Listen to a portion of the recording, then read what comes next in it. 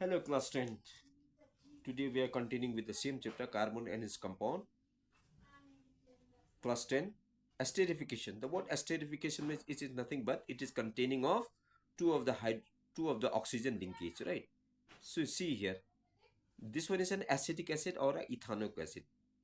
When you treat with ethanol, ethanol का आप ये उल्टा कर दीजिए OH, ये आपका डिहाइड्रेशन रिएक्शन होता है। यहाँ पर आपका ये क्या होता है, ये आपका वाटर निकलता है। किससे होता है? Concentrated sulphuric. Now now what is this concentration? Sulphuric acid का क्या रोल होता है? वो आपका एज अ कैटलिस्ट, और दूसरा वो क्या होता है?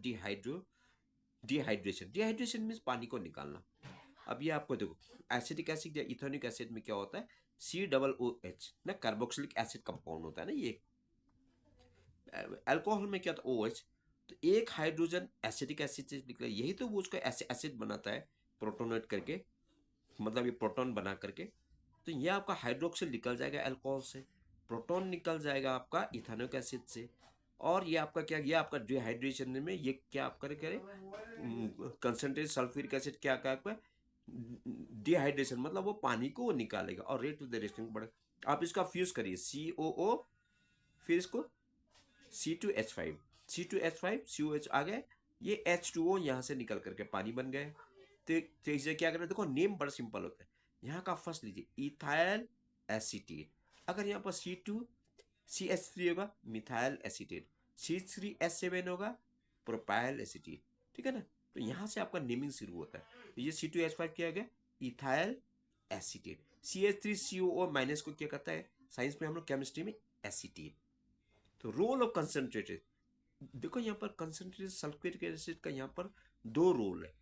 एक तो आपका क्या कर यहाँ पर आपका प्रोटॉन एसिटिक एसिड का, और ये इथानॉल का हाइड्रोक्सी को लेकर के वाटर में पहला वो थ्रो आउट कर दिया सॉल्यूशन में। और दूसरा रोल क्या है? कैटलिस्ट का रिएक्शन का क्या होता है? ये actually rate of the reaction को बढ़ा देता है। तो एक्स एस कैटलिस्ट, कैटलिस्ट का यहाँ पर क्या रोल है? एक आपका एल्यूमिनेशन वाटर को कर दिया, और दूसरा आपका रेट ऑफ द रिएक्शन को बढ़ा दिया। Okay, till then copy it nicely. I hope you understood. And this process is called esterification. ये देखो esterification क्या होता है? COO, देखो ये जो लिंकेज है ना COO and with ethyl group, ये आपका एसीटेट हो गए। और यहाँ पर अगर H होता तो आपका क्या होता है? कार्बोक्सिलिक एसिड होता है।